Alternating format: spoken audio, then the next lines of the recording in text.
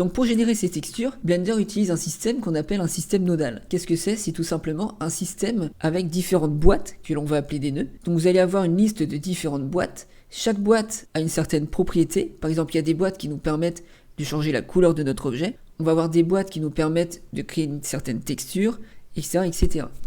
Toutes les boîtes sont conçues de la même façon. On a un calcul qui est fait à l'intérieur. Donc je vais écrire C pour calcul. On va avoir un système d'entrée. Donc il y aura des petits points qui vont représenter l'entrée de notre boîte et des petits points qui vont représenter la sortie de notre boîte. Ce qu'on va faire, c'est tout simplement qu'on va rentrer des données à l'intérieur. Donc on va rentrer notre objet par exemple à l'intérieur par l'entrée, par le point entrée.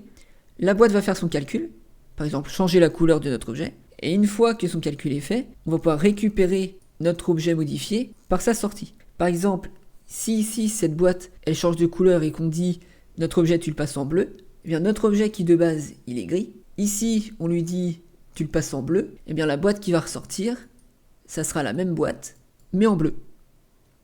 Donc ça c'est tout simplement ce qu'on appelle un nœud, et c'est grâce à ces nœuds qu'on va faire différents calculs.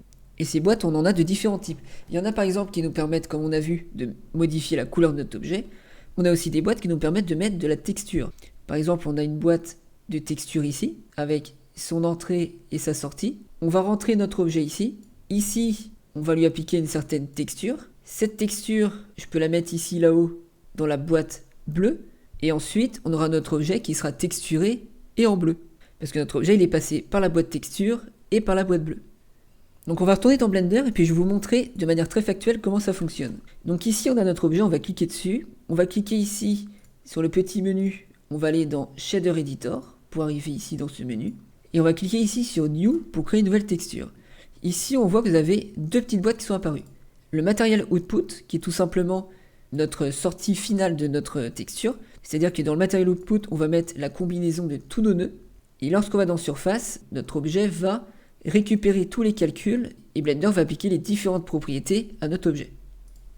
Ici, on a un nœud qu'on appelle Principal BSDF, et dans ce nœud, vous allez reconnaître ici les différentes propriétés dont on a parlé dans la dernière vidéo. Donc il y a bien la métallique, la roughness, l'IOR, l'alpha, la normale, subsurface, etc. Pour le moment, celui-là, on va le supprimer, on ne va pas l'utiliser. Là, on voit que si je supprime le Principal BSDF, je deviens tout noir. Parce que j'ai plus du tout de texture, j'ai plus rien, donc le logiciel considère que notre objet est noir. Pour ajouter des boîtes, donc des nœuds à notre système nodal, ça va être exactement la même manière que pour ajouter un objet. On va mettre notre souris sur la fenêtre et on va faire Shift A. En faisant Shift A, on a un petit menu qui apparaît. Et ici, on a une liste des différents nœuds, des différentes boîtes que l'on va pouvoir utiliser. Vous pouvez ici soit cliquer sur Cherche et taper, ou alors vous faites Shift A et là vous commencez à taper par exemple Diffuse pour ajouter un nœud de diffuse. Et le nœud de diffuse, c'est tout simplement un nœud qui nous permet de mettre de la couleur à notre objet. On va retrouver ici notre boîte qui va s'appeler Diffuse BSDF, les différentes entrées. Donc on a une entrée de couleur, une entrée de rugosité, une entrée de normale. Les deux autres, pour l'instant, je ne vais pas vous en parler. On va parler tout simplement de la couleur. Cette couleur ici, je peux lui dire par exemple de la mettre en vert ou en bleu.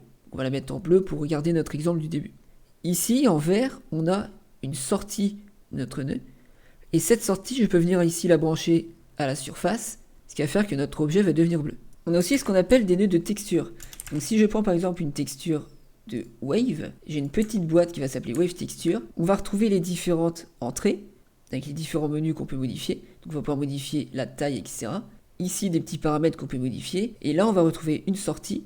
Donc une sortie sous format couleur. Donc si je le branche ici à mon objet, notre texture de vague va ressembler à ça. Et on va avoir aussi une sortie qui va s'appeler Factor, mais j'en parlerai dans une prochaine vidéo. Pour l'instant, nous on va juste rester sur la sortie couleur. Vous voyez que la couleur de ce Wave Texture, il est par défaut en noir et blanc. Les textures sont toujours avec des nuances de noir et de blanc. Donc si je prends ma couleur et que je la rentre ici dans Color, je ne serai plus bleu, mais je serai de la couleur de Wave Texture. Si je prends ici la sortie de ma diffuse et que je la rentre dans Surface, on va se retrouver avec ceci, ça va être la couleur de la texture ici. Un autre nœud qui est très intéressant pour ajouter de la couleur, c'est le nœud qu'on va appeler Color Ramp. Donc Shift A, je tape Color, Color Ramp, et là dans mon Color Ramp, je vais retrouver une valeur de noir et une valeur de blanc. Ça va tout simplement être un dégradé du noir vers le blanc. Maintenant si on regarde, le noir ici, je vais le retrouver ici sur ma texture, qui est aussi une nuance de noir et de blanc. Donc je peux cliquer sur le noir ici, cliquer ici pour lui dire de changer la couleur. Là je viens, je lui dis de sélectionner le bleu. Et par exemple je lui dis que le blanc par contre je veux qu'il soit rouge. Hop. Et bien maintenant, si je rentre ici ma color dans mon facteur, et que là je ressors cette color dans le surface ici, bien les vagues ne vont plus être en noir et blanche, mais en bleu et rouge. Donc voilà comment fonctionnent les bases du système nodal. On a un nœud qui nous permet de mettre une texture, on a un nœud qui nous permet de mettre une couleur à notre objet, et une fois le calcul de ces deux nœuds fait, on prend la sortie de notre dernier nœud, on la rentre dans notre objet, et notre objet change de couleur.